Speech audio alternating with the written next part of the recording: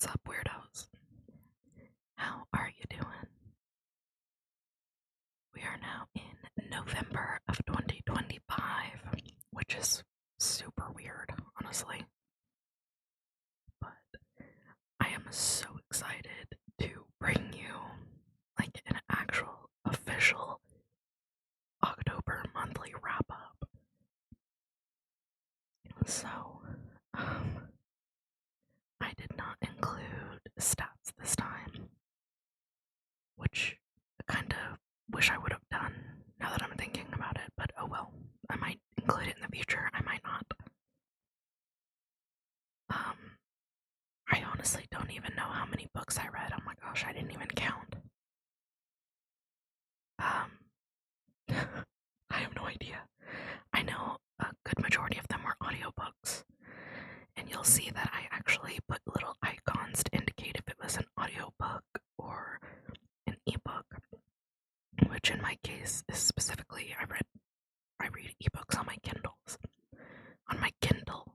I have one Kindle. Well, I think I technically have two, but we're getting off topic. My second one is an old one. We're gonna get into this though. So, the first book that I read is The Martian by Andy Weir. This is on my 25 and 25 list. And I was really looking forward to getting into Andy Weir, and he did not disappoint. He really didn't. I really enjoyed this book. It was made even better by the fact that Will Wheaton was the narrator. I loved that. I think Will did awesome, and it was cool to hear a familiar voice narrating it as well. But Mark Watney, our main character, he was funny in the best way and without even, like, it didn't feel like a try-hard kind of funny. Like, he was great. And it was super interesting to get to be basically in his brain while he's there on Mars. And he's working things out, and how can he do this, and how can he do that? And like being without NASA, and then maybe getting in contact with NASA. How could he do that? Like it was very cool. And I also, probably like a week or two after I finished the book, I finally watched the movie as well, which did not follow the book 100%. Some things were left out that I would have liked to see, but it was still good in its own right, but the book was better, of course it was. But yeah, very good. If you haven't read The Martian, I would recommend it. It was a cool story, and I'm happy I finally picked it up, because I've had my eye on it for a long time. Let's see, next up, after I finished The Martian, I then read, all 6 of the... Oh my gosh, I don't even remember what they called this, but it's just 6 novellas by different authors. It was essentially like romance, but make it Halloween. Like they had some kind of like more supernatural aspect. So there's Allie Hazelwood's Hot for Slayer, Christina Lauren's Falling, J.D. Geisinger's Spicy Little Curses, Ruby Dixon's Space Vampire, Katie Roberts' Beautiful Nightmare, and Kimberly Lemming's My Boyfriends Are All Monsters. So I can confidently say that my favorites were Ruby Dixon's Space Vampire and Katie Roberts' Beautiful Nightmare. Those have stuck with me the most since finishing these stories. I think it was Hot for Slayer, Spicy Little Curses, and My Boyfriends Are All Monsters that I was just like,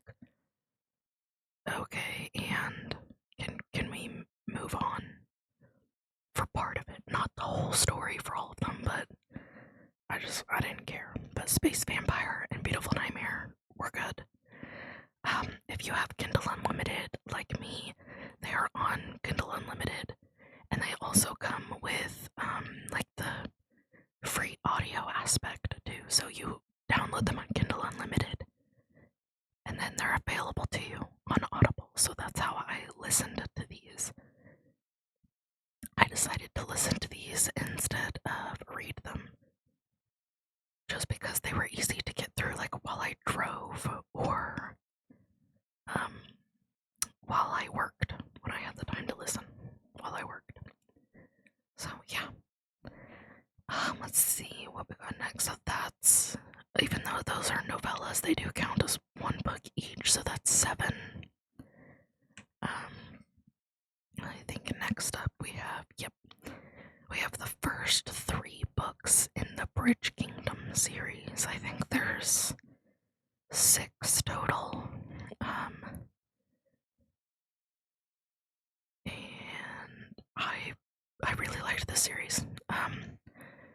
Liked St. Pestins. I'm not done with it, but these first 3 books I really liked. The first one I think I gave 4 stars, and the next 2 got something like 4.5 or 5 stars. I've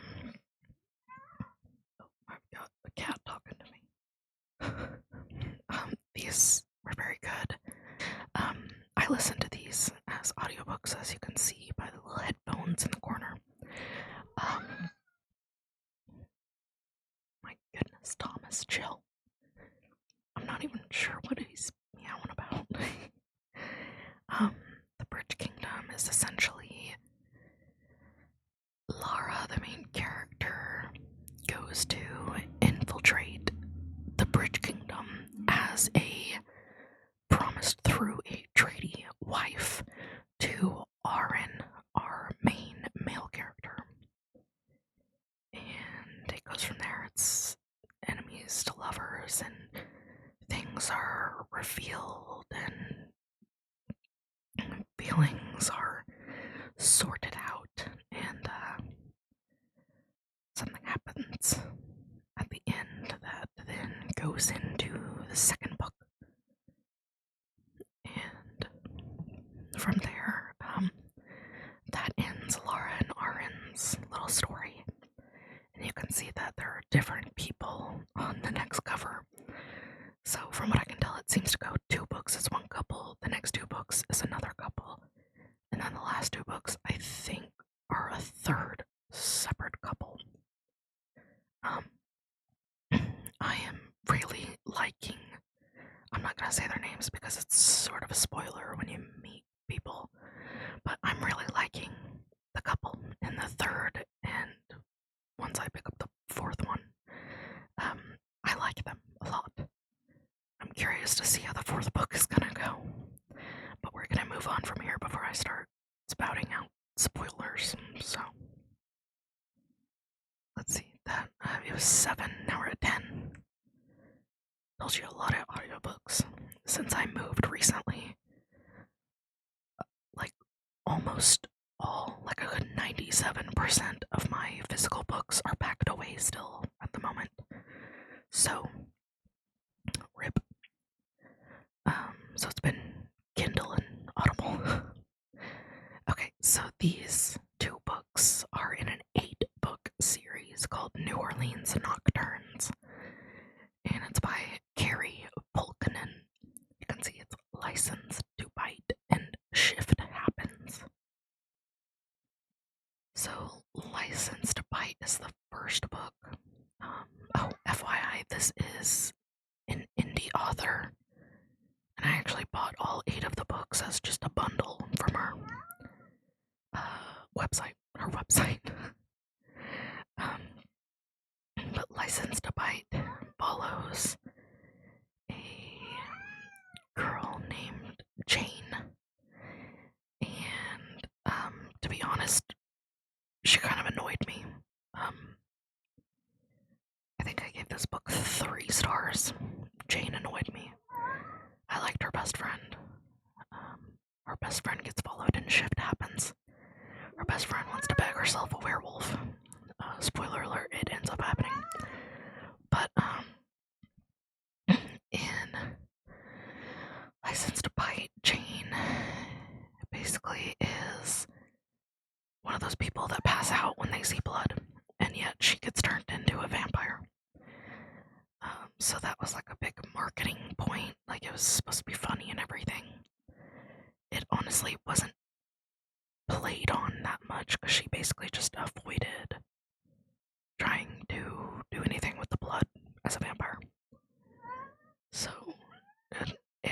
some Twilight references. It had like a grumpy mentor to the guy that turned her, and it had a decent romance. It wasn't a bad book by any means, but I don't know, it was marketed to be like super funny, and it did have its moments, but I just feel like the marketing kind of oversold it, which maybe it's my bad for believing it to be that funny, because I'm usually pretty unimpressed whenever people are like, oh my gosh, this book had me just dying of laughter. I'm not normally on the same side as them. I don't normally share that opinion. It did have its moments, but it's the main character annoyed the heck out of me, and I was glad to have finished it, honestly. Shift Happens, I gave 3 stars as well as the first. I did like it a little better, but I felt like they could have made more happen. I don't know, like I said, follows the best friend of Jane, whose name I honestly am blanking on. I cannot think of her name right now. I don't know why. But yeah, I wanted to like it more than I did, but it ended up also being 3 stars for me. Again, not bad writing or anything, not a bad book overall, but I really wanted more out of them. I probably will continue the next 6 books at some point, because I've already bought them, and they're not terrible, and they're not super long either. I think they're both around 300 pages or something like that, maybe less. But yeah, just wanted more out of them. Really wanted more out of them. Let's move on though. So I did finally read Dr. Galaxy by Jenny Schwartz, another book on my 25 and 25, because I've been wanting to read more sci-fi, so The Martian and Dr. Galaxy were part of that. I did like this book. I believe I gave it 4 stars. And this is another one that was like advertised as funny, which again, it had its moments as well, but I didn't like it for its humor per se. I really enjoy world building and everything. And they had like different interactions with different types of aliens who all had their own like race, name, and different quirks about them, and different ways they looked and how they interacted, and how they interacted with other aliens. And it was very interesting. It's the kind of stuff I like to read, and I believe this is a series, so I imagine I'll probably continue it at some point as well. It's not really Thomas. Quit squealing into the mic, dude. I imagine I will continue it, but it's not at the top of my list per se. I have a lot of stuff I want to read. Next up, Crooked Kingdom by Leigh Bardugo, the second book in the Six of Crows duology. This was really good. I got a lot more into it in the second half, I would say. But it was really good. I loved what Kaz did in the end. I can't say much because it's the second book, so if you haven't read it, I don't want to spoil it. But I loved what Kaz did. He's an awesome character. Inej still annoys the crap out of me. I love Nina and Matthias. Jesper's cool too. I could do without Wyland's existence. But we'll move on because I can't say much else. Okay, so this is Vow to Hate You by Kay Riley. It's a Club Facade standalone. So I'm gonna start off by apologizing if the author ever happens to come across this video. Kay Riley, I'm so sorry it took me so long to read this. This was actually an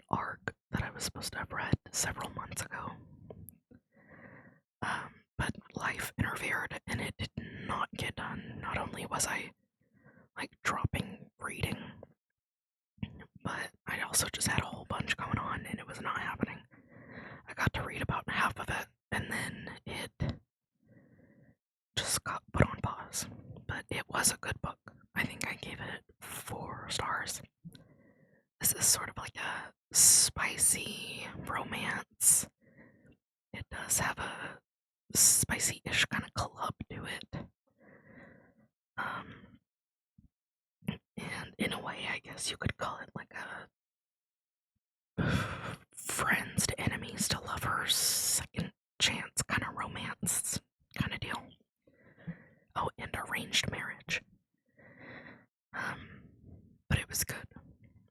I think it maybe could have been a little shorter than it was, but like there was good writing. Like you got